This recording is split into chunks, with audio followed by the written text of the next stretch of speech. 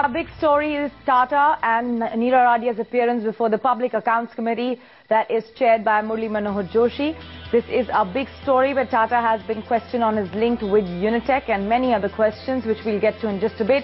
Neera Radia claims that some of the conversations with corporate bosses are doctored.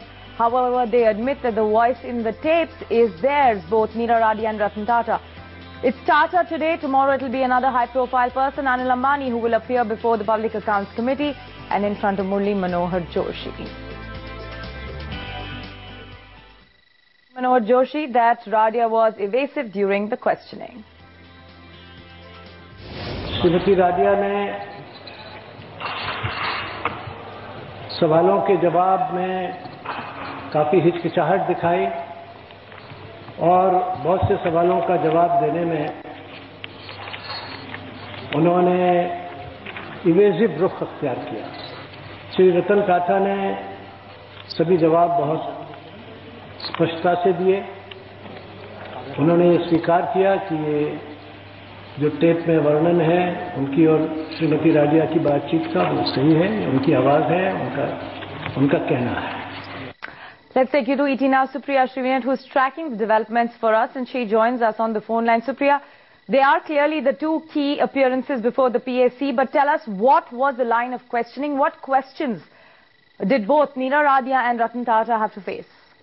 Shelly, before I take you to specific questions, there's something that I would want to tell our viewers through this show, and this really gives you a sense and a mood of what the PAC wanted from these two people. After the whole PAC briefing was over, some of the sources who were present there did say that Neera Radia at one point in time turned around and said something about PAC's request, to which Murli Manohar Joshi told her before an entire house that PAC does not request, it orders, and this isn't a corporate.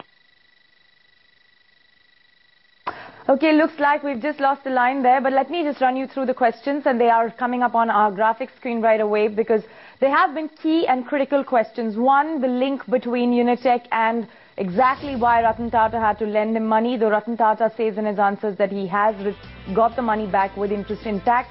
What was the connection with A. Raja? More importantly, why did Ratan Tata write directly there in terms of, sending a letter that was praising Raja? Why did he have to write that letter to Karunanidhi?